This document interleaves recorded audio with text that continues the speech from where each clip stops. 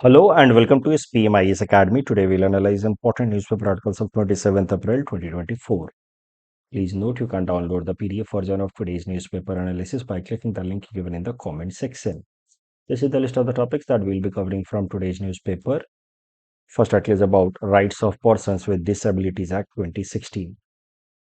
तो इस टॉपिक से रिलेटेड सीधा सीधा गवर्नेंस पेपर में प्रश्न पूछा जा सकता है अबाउट पीपल विथ डिसेबिलिटीज, या वैसे भी अगर कुछ वल्नरेबल सेगमेंट के लिए आप आंसर लिख रहे हैं तो इस एक्ट का जिक्र कर सकते हैं, पासिंग रेफरेंस में लिख सकते हैं। तो सबसे पहले डिसेबिलिटी का एक डेफिनेशन देख लेते हैं। This definition has been given by United Nation conventions on rights of person with disability. मैंने आपको पहले भी कहा है कि अगर कोई डेफिनेशन, कोई डेटा एक प्रॉपर इंस्टीट्यूशन या रिपोर्ट से आता है तो वो डेटा या डेफिनेशन ज़्यादा अच्छा होता है। तो यूनाइटेड नेशंस का ये डेटा या ये डेफिनेशन देखते हैं डिसेबिलिटी को लेकर के, इसको याद कर पाए तो ज़्यादा अच्छा है कि disabilities persons with disabilities include those who have long-term physical, mental, intellectual, or sensory impairment in which interactions with various barriers may hinder their full and effective participation in society on an equal basis with others. मेरी बात को ध्यान से सुनिएगा students. कोई भी definition as it is verbatim word to word रटने की कोशिश नहीं करनी चाहिए। आपको क्या करना चाहिए कि बेसिक आइडिया समझ लेना चाहिए और की वर्ड्स को ध्यान में रखना चाहिए। जैसे ये डेफिनेशन है, इसका सिंपल सा मतलब ये है और इसमें की वर्ड्स ऐसे हैं कि डिसेबिलिटी मतलब ऐसी लिमिटेशंस, चाहे वो फिजिकल या मेंटल फॉर्म में हो, जो किसी भी इंसान को समाज के साथ इफेक्टिव तरीके से मिक्स ना होने दे। इतना ध्यान में रखिए।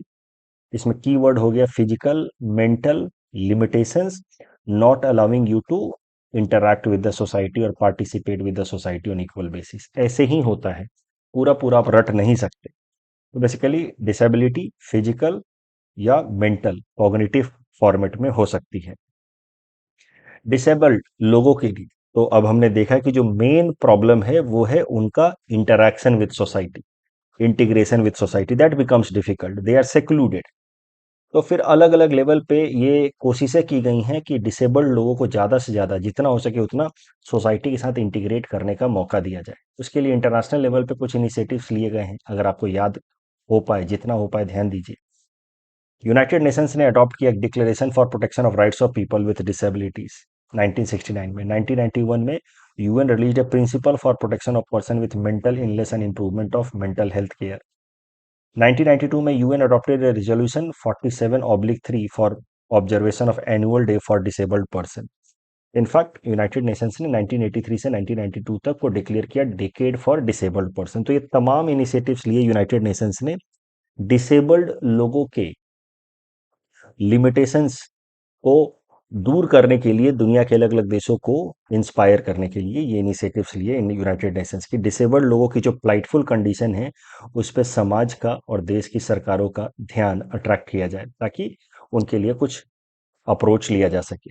यूनाइटेड नेशंस के अलावा कुछ और इंटरनेशनल इनिशिएटिव्स हैं, जैसे इंचियोन स्ट्रैटेजी। इंचियोन जो प्लेस इन साउथ कोरिया, वहाँ पे एक वर्ल्ड कॉन्फ्रेंस हुई जहाँ पे वर्ल्ड कंट्रीज ने मिल करके एक स्ट्रैटेजी अडॉप्ट की इन कंबाइंड मैनर। उस स्ट्रैटेजी का नाम है इंचियन स्ट्रैटेजी, जिसमें इंडिया भी सिग्नेटरी था, जिसका गोल था टू एंश्योर कि पीपल विथ डिसेबिलिटीज को ज़्यादा से ज़्यादा समाज से इंटीग्रेट किया जा सके। उसके अलावा भारत में महाराष्ट्र के अंदर खासकर एक स्पार्क प्रोजेक्ट लाया गया आईएलओ द्वारा led, that also aimed at integration, meaningful integration of people with disability with the society.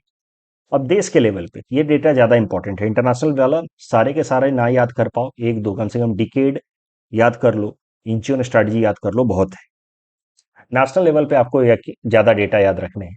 2011 वाला जो सेंसस है उसके हिसाब से हमारे देश के अंदर 2.21% population is suffering with one or the other form of disability, which is highest in number for any country. तो पीपल विद डिसेबिलिटीज, उनके लिए क्या क्या इनिशिएटिव्स लिए गए हैं, तो एक उनके वेलफेयर के लिए एक कानून लाया गया था 1995 में, rights of person with disabilities act 1995। इसको फर्दर अपग्रेड किया गया 2016 में, rights of persons with disabilities act 2016। इसमें 21 तरीके की डिसेबिलिटीज को आइडेंटिफाई किया गया। 1995 में सिर्फ 7 तरह की डिसेबिलिटीज थी, अब 21 तरह की डिसेबिलिटीज को आइडेंटिफाई किया गया। और जो भी बच्चे या जो भी लोग डिसेबल्ड 6 से 18 साल की उम्र के बच्चों के लिए राइट टू फ्री एजुकेशन की व्यवस्था की गई एज पर दिस एक्ट। आपको पता है right to free education is compulsory and universal, but 6 से 14 साल के लिए। डिसेबल्ड के केस में 6 से 18 साल तक राइट टू फ्री एजुकेशन दिया गया। उसके अलावा रिजर्वेशन की व्यवस्था की गई है। हायर एजुकेशन में एजुकेशन इंस्टीट्यूशंस में एडमिशन के लिए 5% रिजर्वेशन और गवर्नमेंट जॉब में 4% तक का रिजर्वेशन। उसके अलावा इस कानून के अंतर्गत नेशनल एंड स्टेट फंड बनाए गए हैं for financial support to the persons with disability. इसके अलावा कुछ और इनिशिएटिव्स लिए गए हैं, जैसे सुगम्य भारत अभियान, एक्सेसिबल इंडिया कैंपेन इसको अंग्रेजी में कहते हैं, which also aimed eight creating ecosystem environment transport system and communication system for people with disability, ताकि उनका समाज के साथ मीनिंगफुल इंटीग्रेशन हो पाए। Deen Dayal disabled rehabilitation scheme, जितनी स्कीम याद कर पाओ उतना अच्छा है। अब आपके ऊपर है सब कुछ कितना याद कर पाते हैं। Assistance to disabled person scheme, ADIP scheme. तो ये सारे स्कीम्स हो गए। सुप्रीम कोर्ट ने हाल फिलहाल में, न्यूज में क्यों आया ये right to person with disabilities act, तो सुप्रीम कोर्ट ने हाल फिलहाल में सरकार को फटकार लगाई, एडमोनिश किया कि सिर्फ कानून बनाने से काम नहीं होता है। The law, the right of person with disability act is not properly implemented, it's implementation remains dismal. तो इसके डायरेक्शन में कुछ काम कीजिए, ऐसा डायरेक्शन दिया सुप्रीम कोर्ट ने भारत सरकार को। इस कारण से न्यूज में आया, बट हमने इसको कवर कर लिया ताकि अगर ये इस तरह का कुछ प्रश्न आता है कि challenges face by person with disability in India क्या है और क्या स्टेप्स लिए गए हैं, तो आप क्वेश्चन को टैकल कर पाए। इस क्वेश्चन को आप अटेम्प्ट कीजिए, चाहिए तो आप हिंट्स पढ़ सकते हैं। मैंने आपको हमेशा कहा है इंट्रोडक्शन का सेफेस्ट तरीका है की वर्ड्स को डिफाइन कर दिया या कोई प्रॉपर डेटा मेंशन कर दिया, ये तरीका है इंट्रोडक्शन को स्टार्ट करने का। तो यहाँ पे आप डिसेबिलिटी के डेफिनेशन से कर सकते हैं या सेंसस 2011 को जिक्र कर सकते हैं कि 2.21% population is disabled. Second is about Nagorno-Karabakh conflict.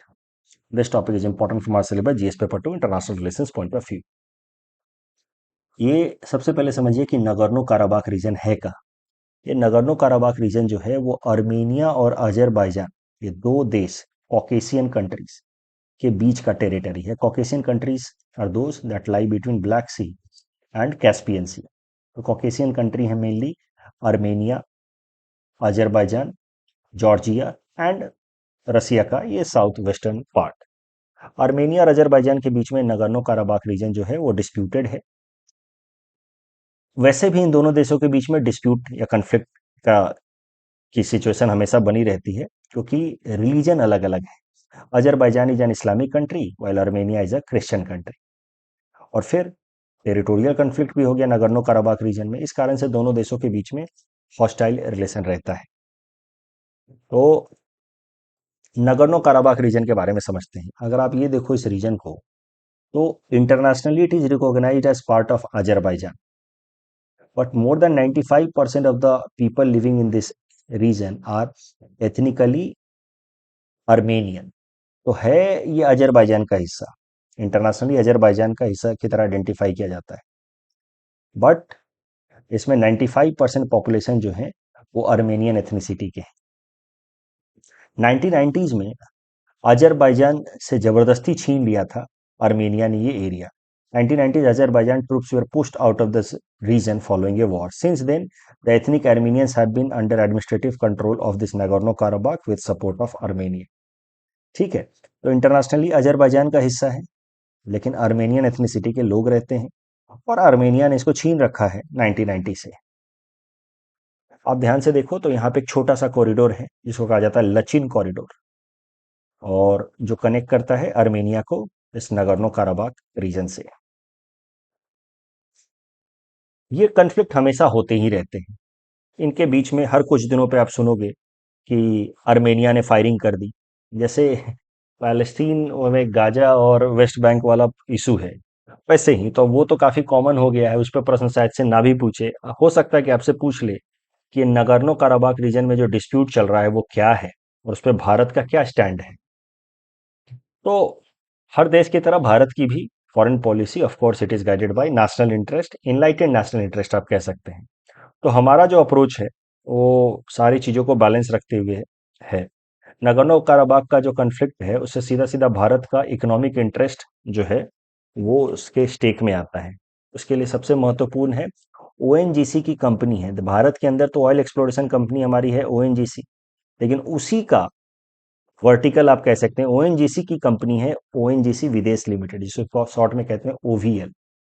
OVL ने कई सारे ऑयल फील्ड प्रोजेक्ट्स ले रखे हैं इन अजरबैजान। एंड गेल जो भारत सरकार की दूसरी oil exploration company, it is also exploring the possibilities of cooperation in the field of LNG in Azerbaijan.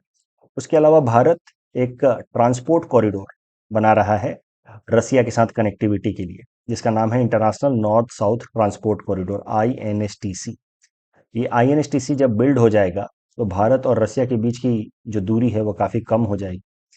It will be cut down by 40%, time as well as cost of transportation. तो भारत और रसिया के बीच का trade काफ़ी बढ़ सकता है, जो अभी इस लिमिटेशन, लॉजिस्टिक्स लिमिटेशन के कारण काफ़ी कम है। अभी ऐसे घूम करके जाना होता है via Red Sea, Mediterranean Sea and then English Channel and all.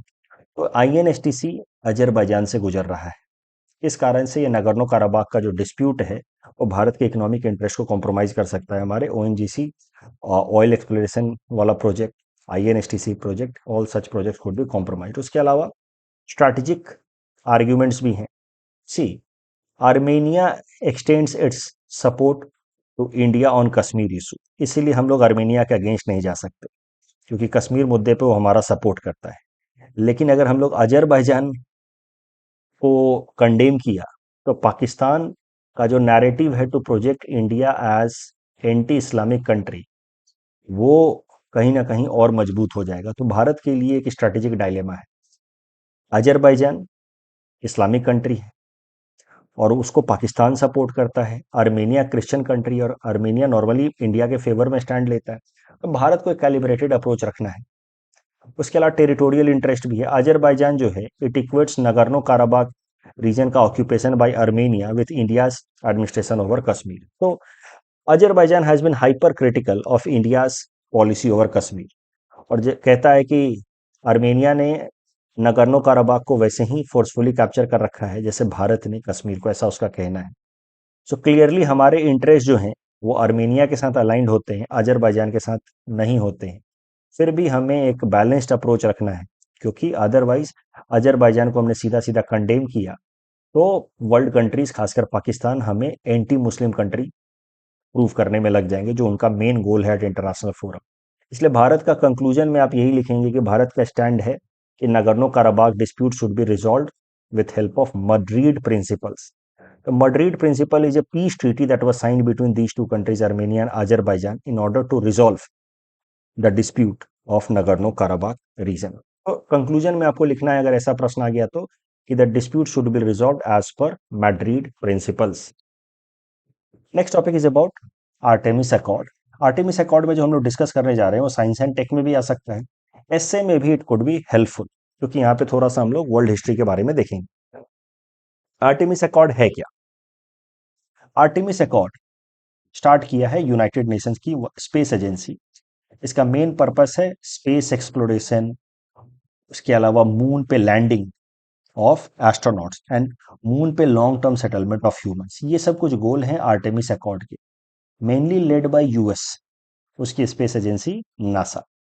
But US Artemis accord को लार्ज स्केल पे इंप्लीमेंट करना चाहता है, लॉन्ग टर्म ह्यूमन सेटलमेंट लाना चाहता है मून के ऊपर। इसीलिए यूएस की स्पेस एजेंसी नासा दुनिया के अलग अलग देशों के साथ अग्रीमेंट साइन कर रही है and making them partner in Artemis Accord.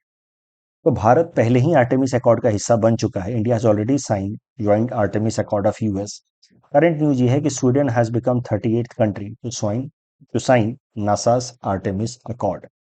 Artemis accord को थोड़ा डिटेल में समझते हैं, क्योंकि आ सकता है GS paper 3 science and tech में।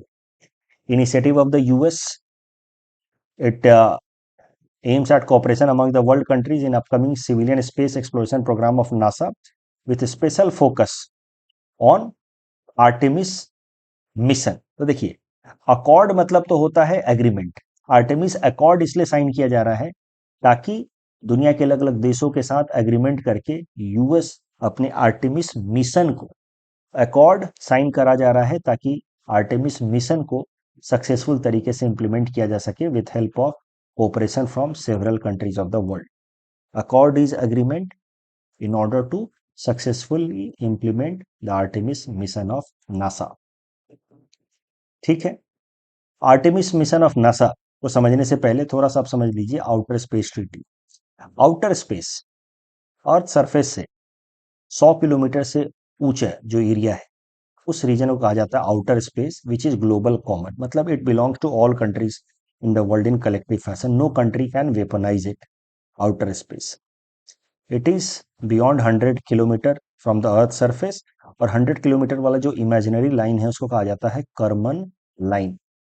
तो आर्टेमिस अकॉर्ड जो यूएस साइन कर रहा है दुनिया के अलग अलग देशों के साथ, 38th कंट्री बन गया है स्वीडन. उसका मुख्य मकसद है कि नासा के आर्टेमिस मिशन में कोऑपरेशन डेवलप किया जाए.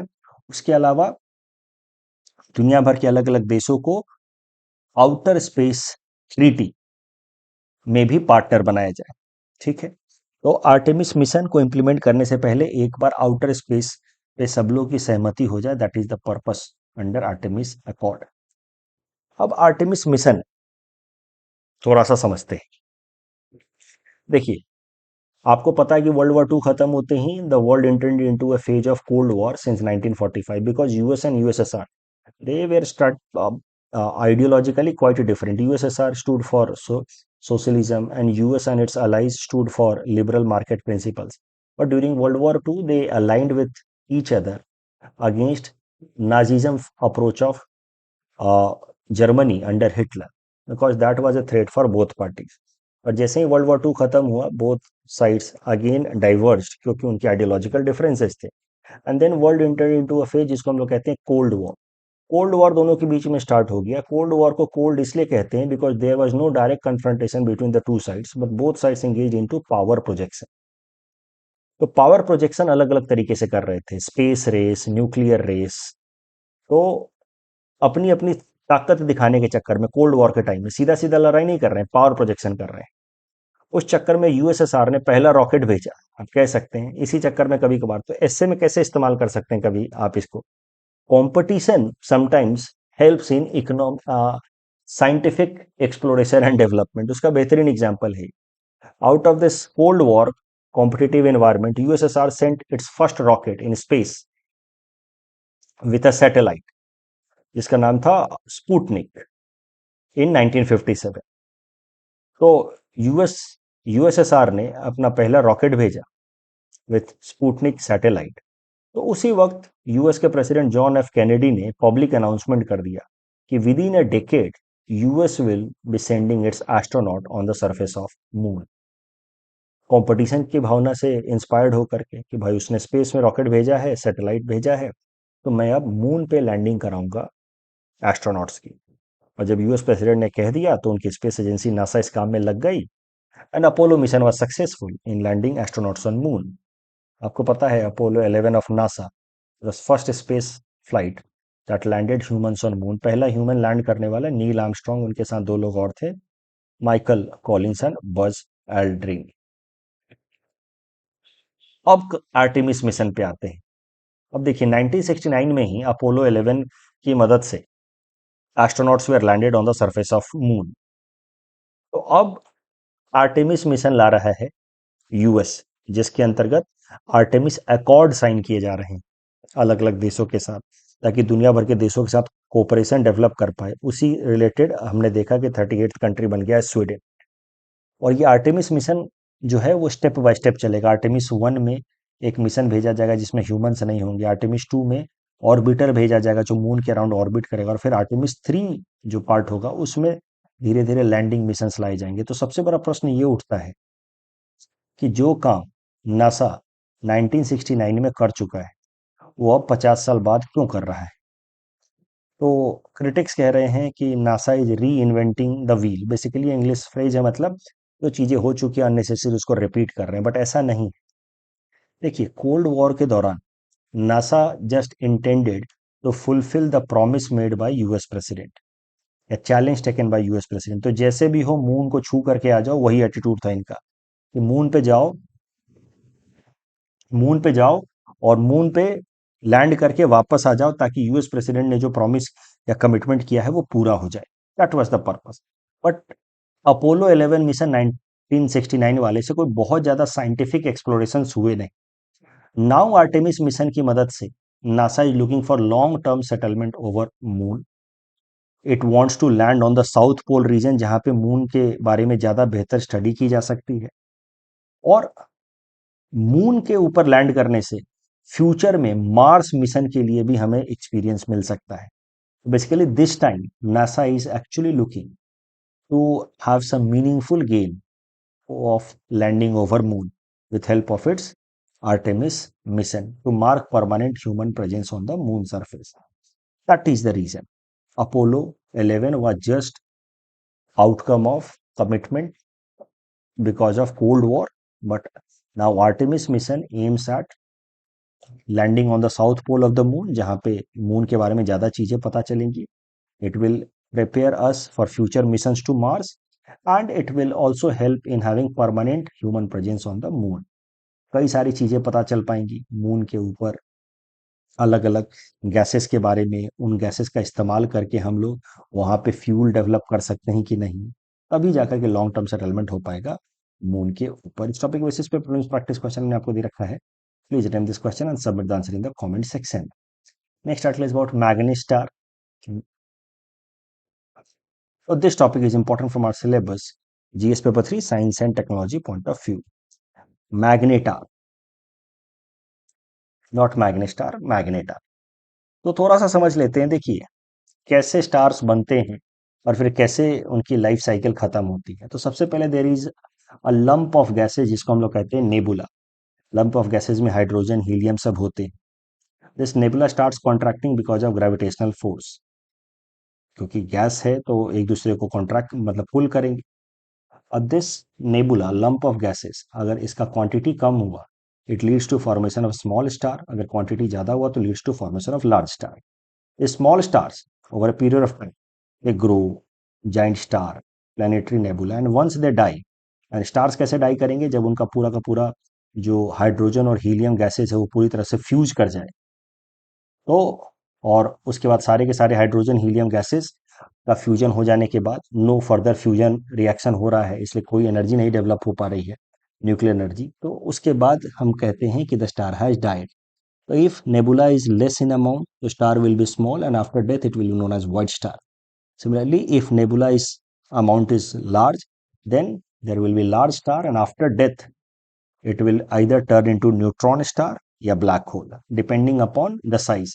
अगर बहुत बड़ा होगा star with very big mass, then it will lead to formation of black hole after death. It will be so huge, its density will be so high that it will be able to attract even the light passing across it, उसको भी attract कर लेगा। Relatively कम मास का रहेगा तो neutron star बनेगा। अब neutron star में भी स्पेशल तरीके के स्टार को कहा जाता है magnetar. So they are special kind of neutron star whose magnetic field is much more stronger than a normal neutron star, about 1,000 times stronger than a normal neutron star. तो मुझे mainly purpose था मेरा आपको black hole, neutron star, magnetar के बारे में बताना। Current news ये है कि scientist have detected the most distant known instance of eruption of a giant flare from magnetar coming from a galaxy. बहुत दूर से एक मैग्नेटार इरप्शन हुआ है जहां से कुछ फ्लेयर्स निकले, जिसको साइंटिस्ट ने रिकॉर्ड किया है। This magnetar eruption is coming from a Galaxy जिसका नाम है मेसियर 82। कल जो हमने आपको प्रैक्टिस क्वेश्चन दिया था, Senkaku island is a disputed island between China and Japan, UBI से रिलेटेड दोनों स्टेटमेंट गलत हैं। पिंक हाइड्रोजन बस पहला स्टेटमेंट सही है, बाकी सब गलत हैं। बायोमार्कर से रिलेटेड दोनों सही हैं। That's all from our side for today. Thanks for watching.